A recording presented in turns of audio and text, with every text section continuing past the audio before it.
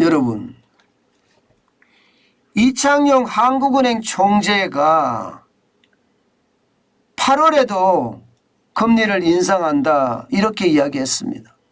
8월 25일이죠. 그때 금융통화위원회가 열릴 텐데 그때 금리를 인상한다는 이야기예요.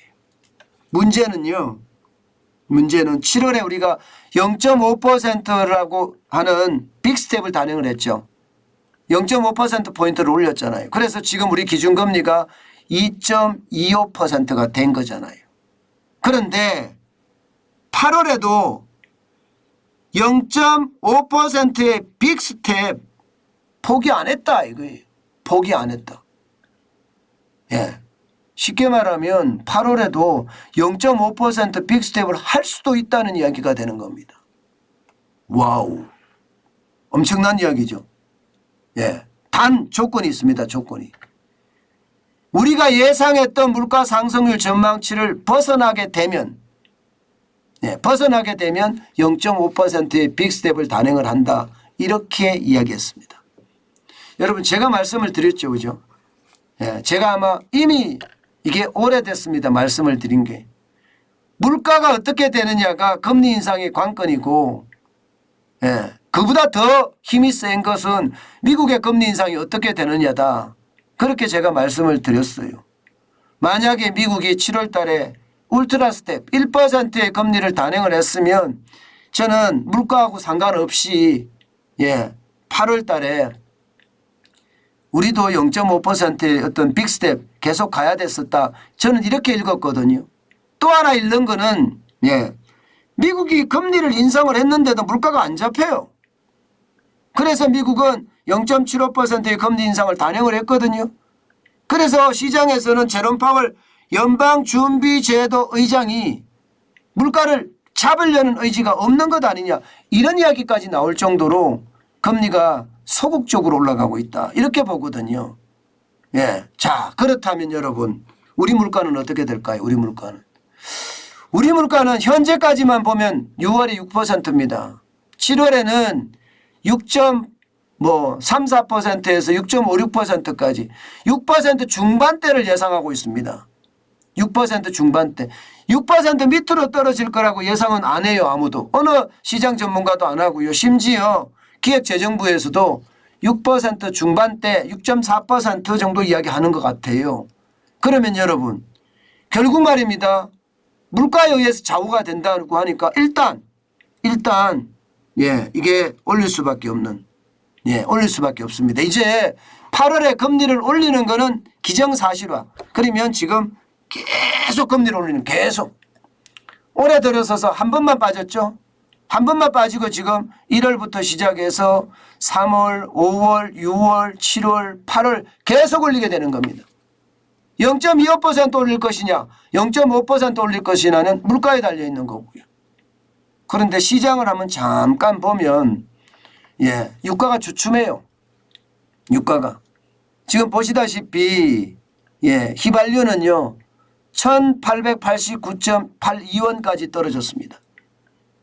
그리고 자동차용 경유는요 디젤유죠 1976.46까지 떨어졌습니다. 6월 30일에 비하면 지금 한 달 만에 굉장히 많이 떨어졌죠. 굉장히 많이 떨어졌습니다. 경유만 하더라도 6월 30일에는 2167.66원이었거든요. 리터당. 마찬가지로 휘발유도 2144.9원이었습니다. 리터당. 이게 떨어지고 있으니까 유가가 떨어지고 있으니까 이것은 어떻게 생각하면 말입니다. 물가에 가장 영향을 많이 미치는 휘발유값 경유값이 떨어지니까 물가도 좀 떨어지지 않겠느냐 하는 예상 충분히 하게 됩니다. 실제로 말입니다. 정부에서도 그렇게 이야기합니다.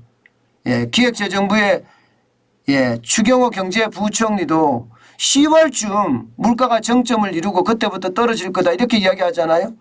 지금 이창용 한국은행 총재도 2 내지 3개월 지금 같은 물가가 지속되고 나서 안정이 될 거다 이렇게 이야기합니다.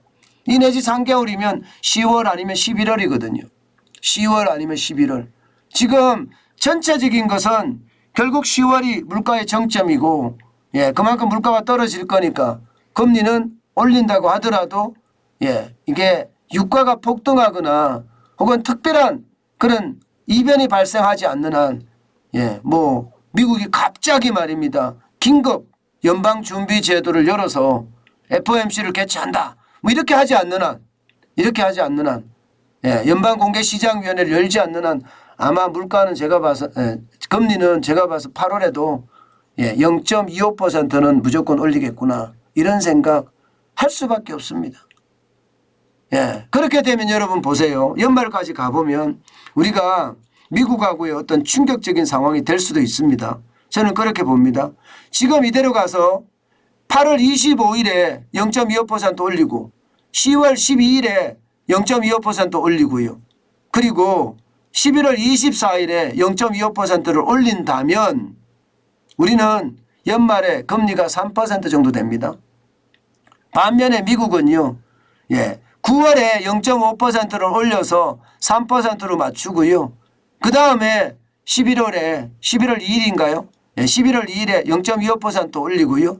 또 12월 14일에 예, 0.25% 올리면 3.5%가 됩니다. 3.5%. 그럼 우리하고는 0.5% 차이의 금리가 나죠. 그런데 한미 금리는 일반적으로 예, 0.53%의 차가 나야 된다. 그 정도는 나야 된다. 안심한다. 이렇게 이야기하면 미국하고 한국의 실질적인 금리 차이는 1% 정도 나게 됩니다. 1%. 근데 이게 현재까지의 어떤 계획이지만 전제라는 게 물가가 안 올라간다는 전제가 달려 있습니다. 만약에 예, 우크라이나와 러시아의 전쟁이 더 격화돼서 더 냉전의 어떤 모양새가 더 깊어지면 달라질 수도 있다는 게 현실일 거고요. 예, 현실일 거고 또한 세계 이상기후가 전 세계를 휩쓸고 있습니다. 예, 지금 유럽이나 미국 쪽은요. 한쪽은 가뭄이 와서 다 타 죽고요. 다른 한쪽은 예, 홍수가 와서 다 썰어가 버리는 그런 현상이 일어나거든요. 이게 전 세계적으로 기후변화가 예, 강타를 만약에 한다면 달라질 수 있는 그러니까 기상이변이나 천재지변이 나오지 않는 한 지금 현재 어떤 상황을 지켜간다면 예, 연말에 가면 0.5%가 달라질 거다. 차가 날 거다. 이런 예상까지 해보게 됩니다. 여러분 중요한 거는요. 물가는 계속 오릅니다. 그리고 이자는 계속 오를 거예요. 거기에 대한 대비책 반드시 필요하고요. 물론 물가는요. 내려갈 날이 있을 거예요. 연말까지는 올라가지만 내년에는 상황에 따라 달라질 거다. 금리가 내려갈 가능성도 있다. 저는 그런 생각도 해봅니다. 이렇게 우리가 준비를 할 때는요. 예, 종합적인 판단에 의해서 준비를 해야 됩니다. 금리가 올라갔다고 마냥 올라가는 것만 있는 것도 아니고 금리가 내려간다고 해서 마냥 내려가는 것만 있는 것도 아니거든요. 그래서 항상 우리가 분노의 매수를 준비해야 되는 입장에서 보면 시장은 냉철하게 보되 현금을 쌓아놓고 예, 이게 레버리지를 활용할 거냐 말 거냐도 고민을 할 때가 오지 않을까 그런 생각을 합니다. 그런데 저는 기본적으로요. 네, 적게 벌어도 좋다. 레버리지는 활용하지 말자 하는 게 제 기본적인 생각입니다. 어쨌든 이자 폭탄은 점점 다가온다고 생각할 수가 있겠죠. 그만큼 심각한 상황이 될 수도 있다 이런 얘기입니다. 예, 우리는 그에 따라서 항상 대비책이 마련돼야 된다고 저는 생각을 합니다.